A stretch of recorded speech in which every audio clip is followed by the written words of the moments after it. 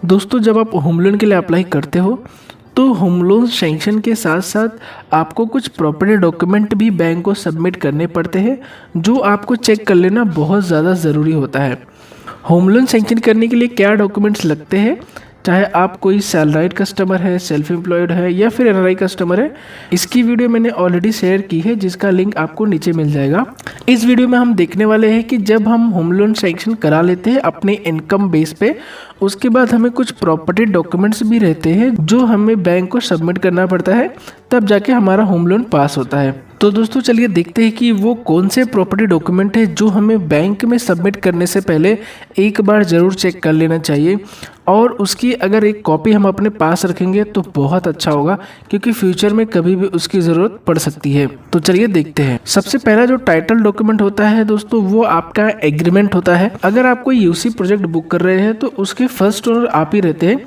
इसके लिए वो जो आपका एग्रीमेंट रहता है वो डायरेक्ट पहले आपको ही मिलता है, तो ये जरूरी हो जाता है कि वो एग्रीमेंट का एक कॉपी आप अपने पास रखें। अगर आप कोई रेडी टू मूव या फिर रीसेल प्रोजेक्ट वगैरह खरीद रहे हो तो वहाँ पे जो आपको सेल्स डीड चेक करनी पड़ती है कि ये जो प्रॉपर्टी है, ये जो हमारा सेलर है, जो हम जहाँ से हम प्रॉपर्टी खरीद रहे हैं, वो उसके पास ये प्रॉपर्टी कैसे आई, तो वहाँ पे आपको सेल्स डीड देखने के लिए मिल जाती है, जिसके अंदर आपको पूरे बायर और सेलर का डिटेल लिखा रहता है, वो प्रॉपर्टी का शेड्यूल रहता है, पेमेंट शेड्यूल रहते हैं, टाइटल सर्च रिपोर्ट रहता है, पोजीशन हैंडओवर की डिटेल रहती है। तो ये सारी डिटेल जो है वो आपको सेल्स डीड के अंदर ही मिल जाती है। कभी कभी वो जो प्रॉपर्टी आप खरीद रहे होते हो वो कभी कभी सामने वाला बंदा जो है वो किसी को गिफ्ट किया रहता है, तो ऐसे केस में वो बंदे के पास गिफ्ट डीड होना बहुत ज़रूरी है, और वो भी डुली नोटराइज और स्टैम्प पेपर के साथ में होना चाहिए, जो कि आपका एक प्रॉपर डॉक्यूमेंट माना जाता है। हाँ भाई, ये प्रॉपर्टी किसी ने गिफ्ट किया हुआ है और वो प्रॉपर्टी आप कोई खरीद रहे हो,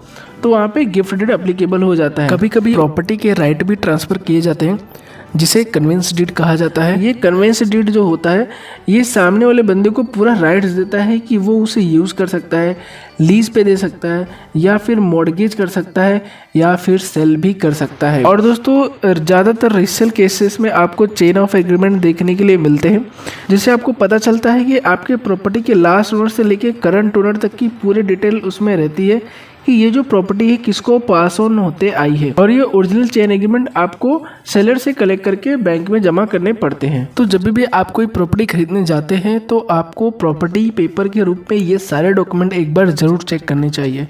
इसके साथ ही दोस्तों आपको सीसी और ओसी भी चेक करना बहुत ज़्यादा ज़रूरी होता है।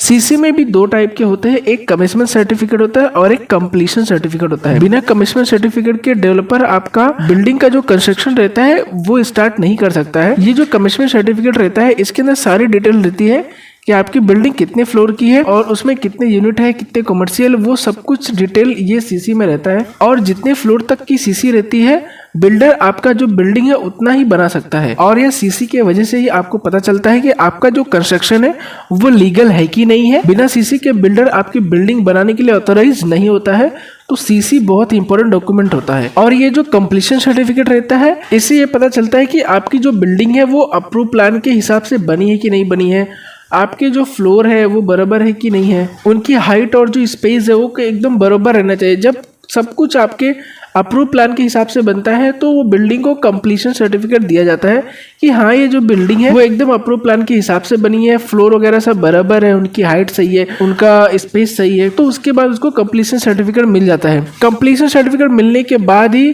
डेवलपर को ऑक्यूपेंसी सर्टिफिकेट के लिए भी अप्लाई करना पड़ता है। जब ये सर्टिफिकेट मिल जाता है तो वो बिल्डिंग पूरी तरह से रहने के लिए तैयार हो जाती है। तो जब भी आप कोई प्रॉपर्टी खरीदे तो वहाँ पे आप ओसी और सीसी एक बार जरूर चेक कर लें। उसके साथ ही डेवलपर को एनओसी भी इशू करना पड़ता है। अगर कोई यूसी प्रोजेक्ट है तो उसमें डेवलपर ये डिक्लेयर करता है कि बिल्डर को किसी भी प्रकार की कोई प्रॉब्लम नहीं है, और अगर आप लोन से अपनी प्रॉपर्टी बना रहे हैं तो जो वो एनओसी इशू करेगा वो सामने वाली बैंक के फॉर्मेट में होनी चाहिए जहां से आप लोन ले रहे हैं।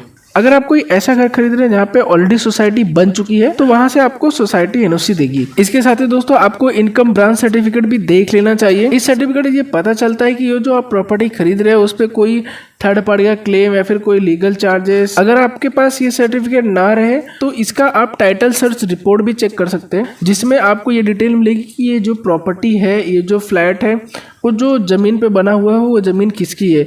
तो लास्ट ऑलमोस्ट 30 साल का रिकॉर्ड ये जो टाइटल सर्च रिपोर्ट रहता है इसमें रहता है। ये आप कोई वकील हायर कर सकते हैं, नहीं तो जब भी आप कोई भी बैंक से लोन लेते हैं तो बैंक ऑलरेडी ये सब चीज़ चेक करती है। अगर वहाँ पे किसी थर्ड पार्टी का क्लेम वगैरह रहता है तो वहाँ पे आपको ROC लाना पड़ता है, जिसका मतलब रिलीज ऑफ चार्ज होता है। और अगर वहाँ पे किसी भी तरह का लोन नहीं है, कोई थर्ड पार्टी का क्लेम नहीं है, तो वहाँ पे ROC नहीं आता है। अगर वहाँ पे कोई क्लेम रहेगा ना तो बैंक सामने से ही ये चीज मांगेगी आपसे। अगर आप कोई रेडी टू मूव या फिर रीसेल ले रहे हो, लेकिन अगर अंडर कंस्ट्रक्शन रहता है तो वो डेवलपर आपकी हेल्प कर देगा, जहाँ से आपको ये चीज मिल जाएगी। अगर कोई रीसेल प्रॉपर्टी है तो वहाँ पे आपको टैक्स रिसीट भी जरूर चेक कर लेनी चाहिए कि जो आपका सेलर है वो आपके जो टैक्स है वो प्रॉपर पे करता है कि नहीं करता है। तो इसके लिए आपको लेटेस्ट टैक्स रिसीट चेक करनी चाहिए, उस पर भी आपके सेलर का नाम होना चाहिए। अगर आपने कोई अलग से कार पार्किंग ली है तो उसका भी लेटर उनको अलग से देना पड़ता है। अगर कोई ओपन स्पेस पार्किंग है तो वहाँ पे नहीं आता, लेकिन अगर आपने कार पार्किंग का अलग से पैसा पे किया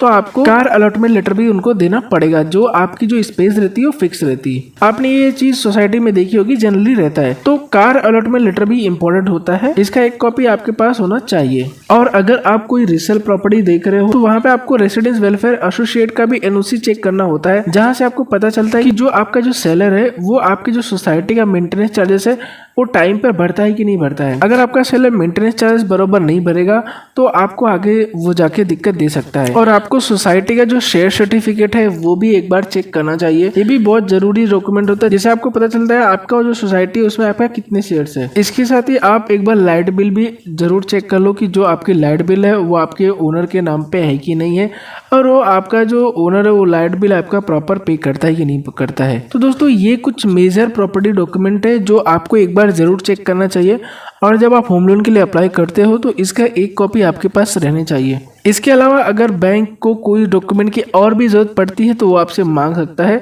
जिसके लिए आप अपनी सोसाइटी में तो बिल्डर का सपोर्ट ले सकते हो। तो ये जानकारी आपको कैसे लगी आप हमें कमेंट करके बताइए। मिलेंगे नेक्स्ट वीडियो में। Thank you.